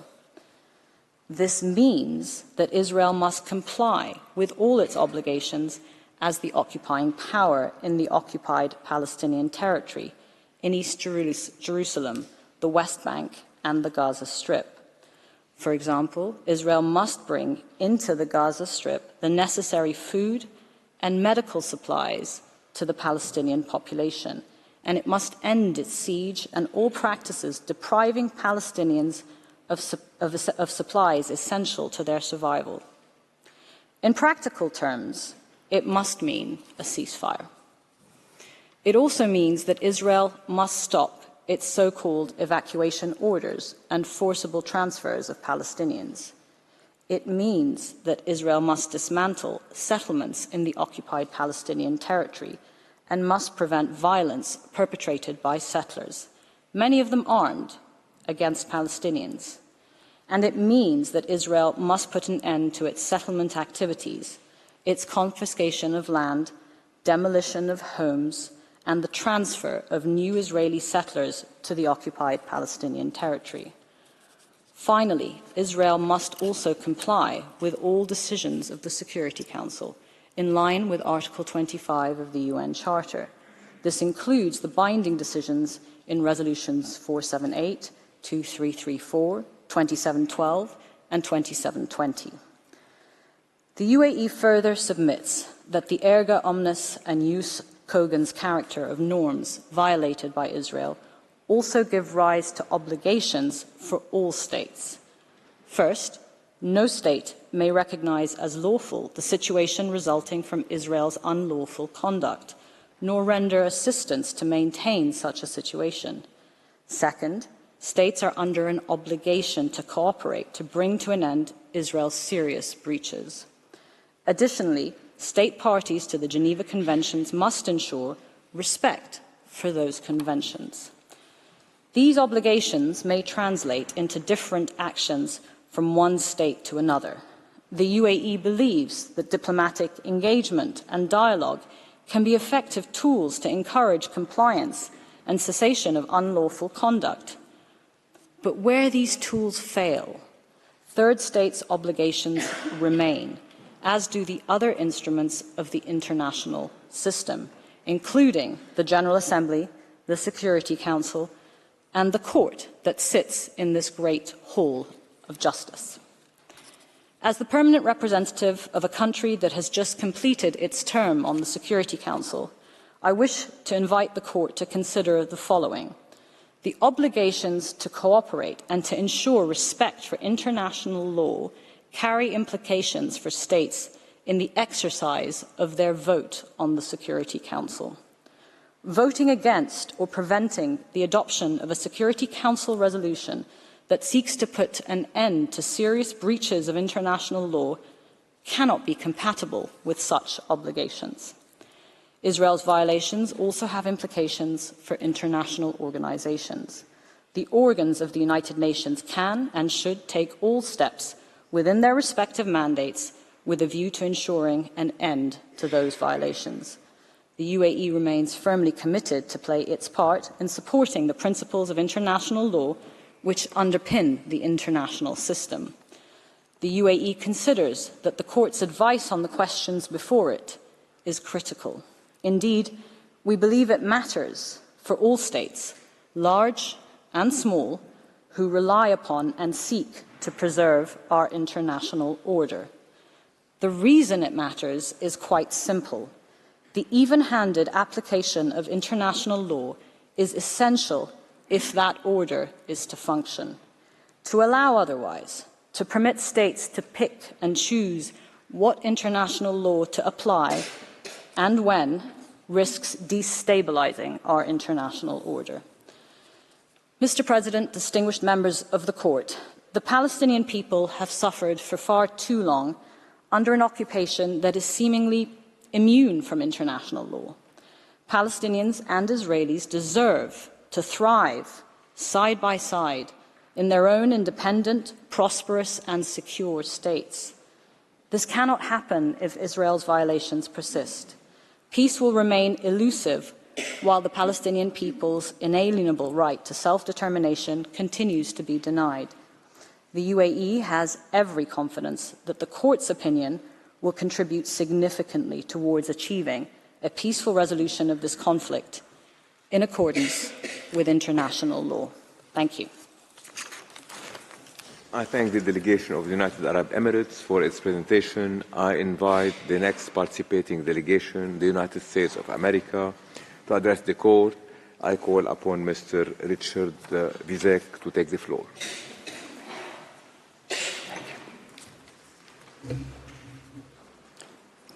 Thank you, Mr. President and members of the court.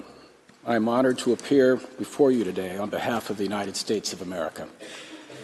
The court has a serious and difficult task before it.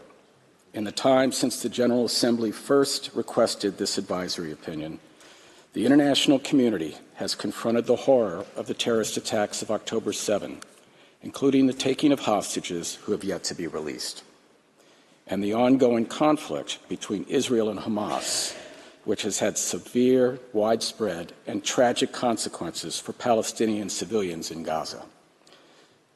Violence, including extremist settler violence, also surged in the West Bank.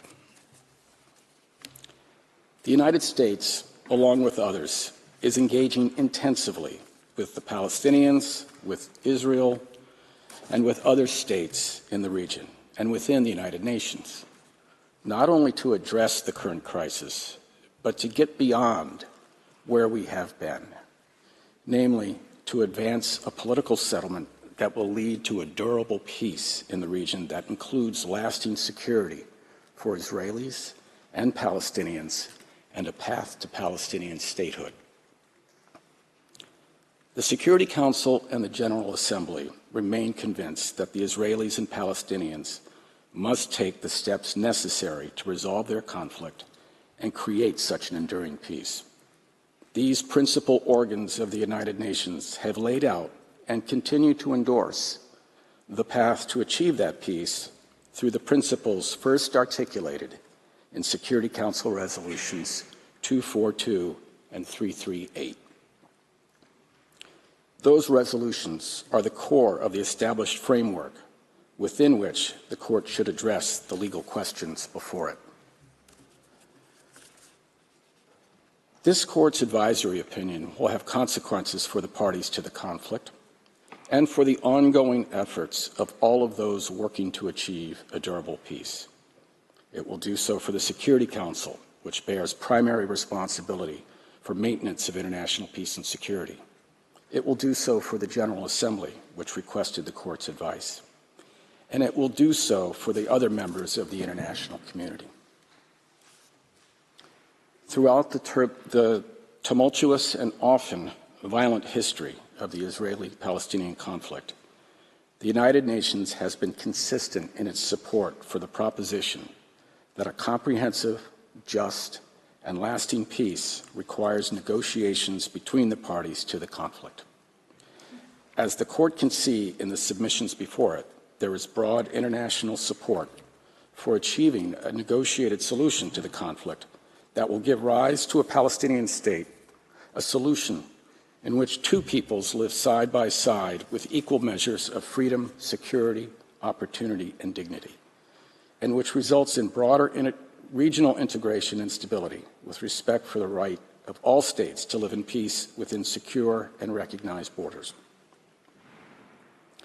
It is for these reasons that the United States encourages the Court to ensure that its opinion preserves and promotes the established framework and the prerogatives of the principal political organs of the United Nations to identify the appropriate measures to address this particular matter of international peace and security.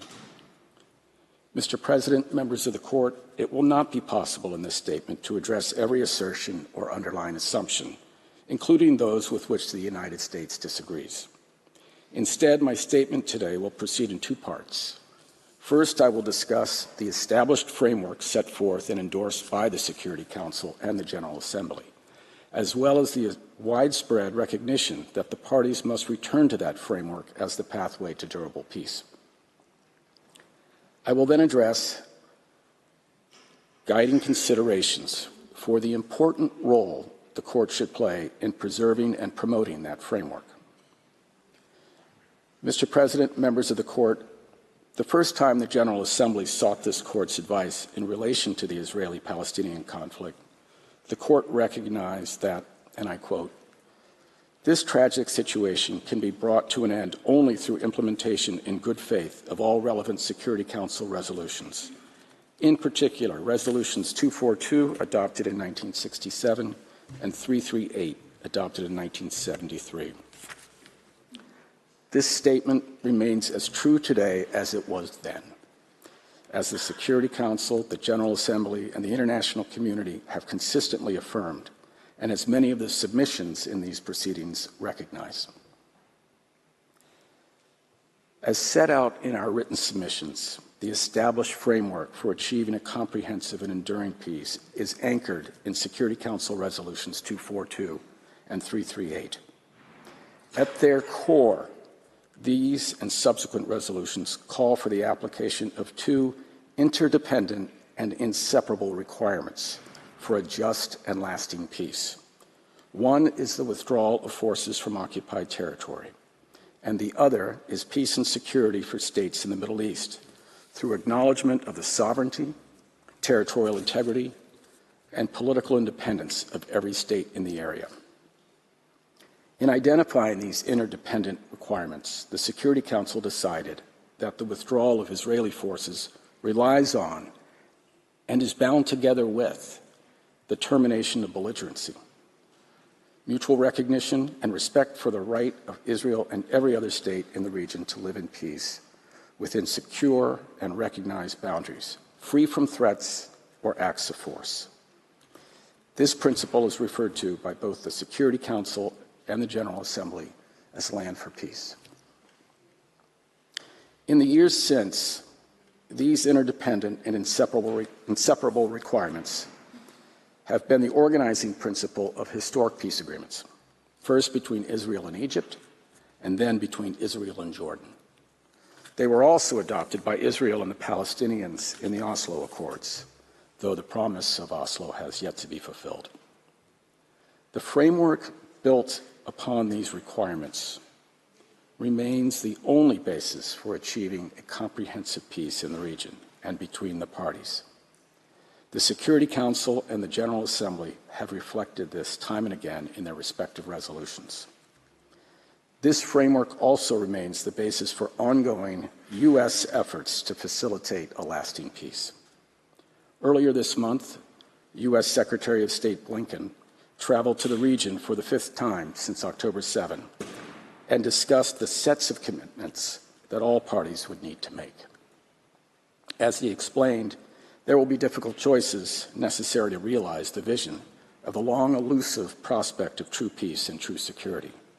He also reinforced that the diplomatic path to a just and lasting peace and to true security for all in the region continues to be a path to an Israel that is fully integrated into the region with normal relations with the countries of the region and with firm guarantees for its security. He underscored that this must include a concrete path to a Palestinian state living side by side in peace and security with Israel. The United States is not alone in this effort to achieve and sustain the goal of the established framework that the Security Council and the General Assembly have created and continue to endorse. Countries and organizations around the world, some of which are participating in these proceedings, continue to reiterate the imperative of reviving the peace process and urgently achieving the two-state solution. Our written comments collect a number of statements made to that effect. Mr. President, members of the Court, I turn now to the second part of my statement and the important role the Court can play in preserving and promoting this established framework. The Court has appropriately recognized that its role in rendering an advisory opinion is to assist the requesting UN organ while taking care to avoid a result that could undermine the determinations of the Security Council and its primary responsibility for the maintenance of international peace and security. This feature of the Court's advisory function has several important implications for the Court's work in this proceeding. I will discuss 3 of them. First and fundamentally, the Court should not take up the suggestion of some to interpret the questions in this proceeding as encompassing the entire question of Palestine. The request seeks advice only with respect to the legal consequences of the conduct of one of the parties to the underlying conflict. This one-sidedness, which contrasts with the reciprocity inherent in the established framework, necessarily must inform the Court's approach to this advisory proceeding. Second, contrary to the assertions of some participants, in calling for the Court to take this measured approach to the question referred, the United States is by no means suggesting there is no role for the Court, nor is it the position of the United States that the Court must refrain from considering violations of international law or the legal consequences thereof. Participants who have said as much have misunderstood us. Our argument is grounded in respect for the UN Charter and the roles and responsibilities assigned to the UN's principal organs. The Court's advisory function was designed to assist the UN's principal political organs in the proper performance of their respective functions. In exercising its advisory role, the Court must necessarily consider the extent to which the Security Council and General Assembly have taken action to address the matter of international peace and security, particularly where, as here, they have directly and repeatedly endorsed a specific framework for achieving peace. None of the Security Council's resolutions has suggested altering or departing from this framework. In fact, as recently as late December, the Council, in Resolution 2720, reiterated its, and I quote, unwavering commitment to the vision of a two-state solution where 2 democratic states, Israel and Palestine, live side by side in peace within secure and recognized borders, consistent with international law and relevant UN resolutions, end quote. And at around the same time, the General Assembly likewise stressed in Resolution 78/192, quote, the urgency of achieving without delay an end to the Israeli occupation that began in 1967 and a just, lasting, and comprehensive peace settlement between the Palestinian and Israeli sides, based on the relevant resolutions of the United Nations, the Madrid Terms of Reference, including the Principles of Land for Peace, the Arab Peace Initiative, and the Quartet Roadmap to a permanent two-state solution to the Israeli-Palestinian conflict.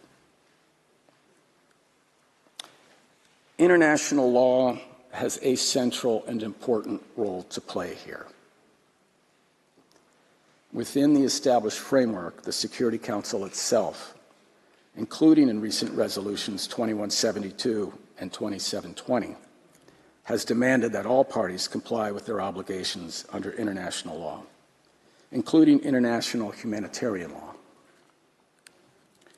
And within the framework, the Council has also sought to remove obstacles to the achievement of a two-state solution, including the establishment of civilian settlements, destruction of infrastructure, demolition of homes, and the failure to prevent acts of terrorism. The Council has likewise emphasized that the parties should be held to their commitments.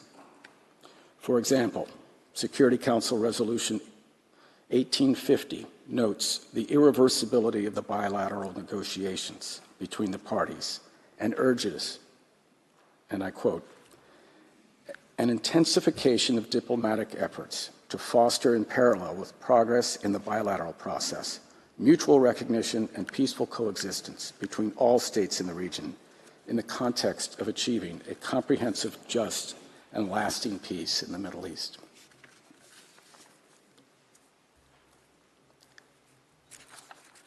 In any consideration by the Court of these or other issues, the challenge for the Court is how to provide its advice in a way that promotes the framework rather than disrupting its balance, potentially making the possibility of negotiations even more difficult.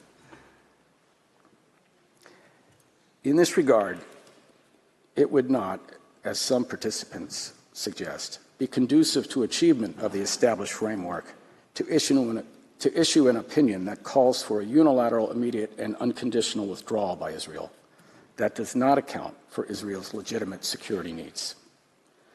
Whatever the Court's opinion on the legal consequences of particular violations of international law, such an outcome would be contrary to the established framework, which the Security Council and General Assembly have structured around the two interdependent and inseparable elements, not only withdrawal, but also the conditions necessary for peace and security for all states in the region.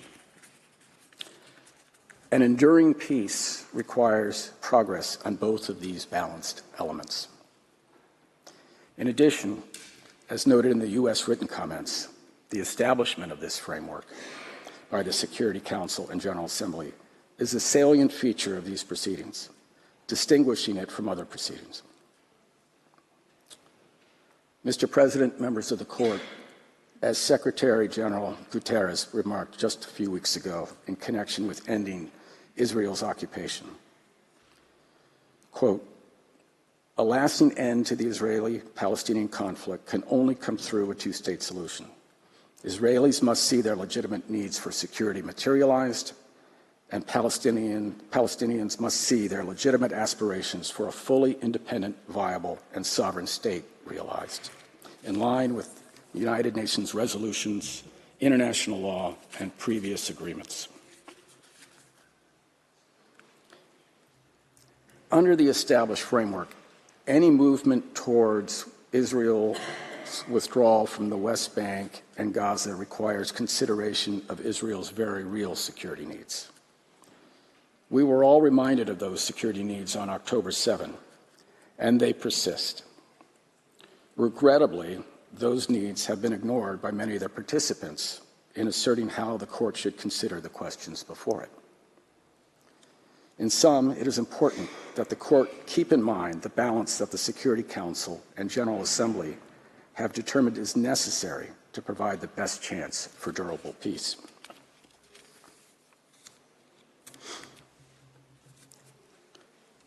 Mr.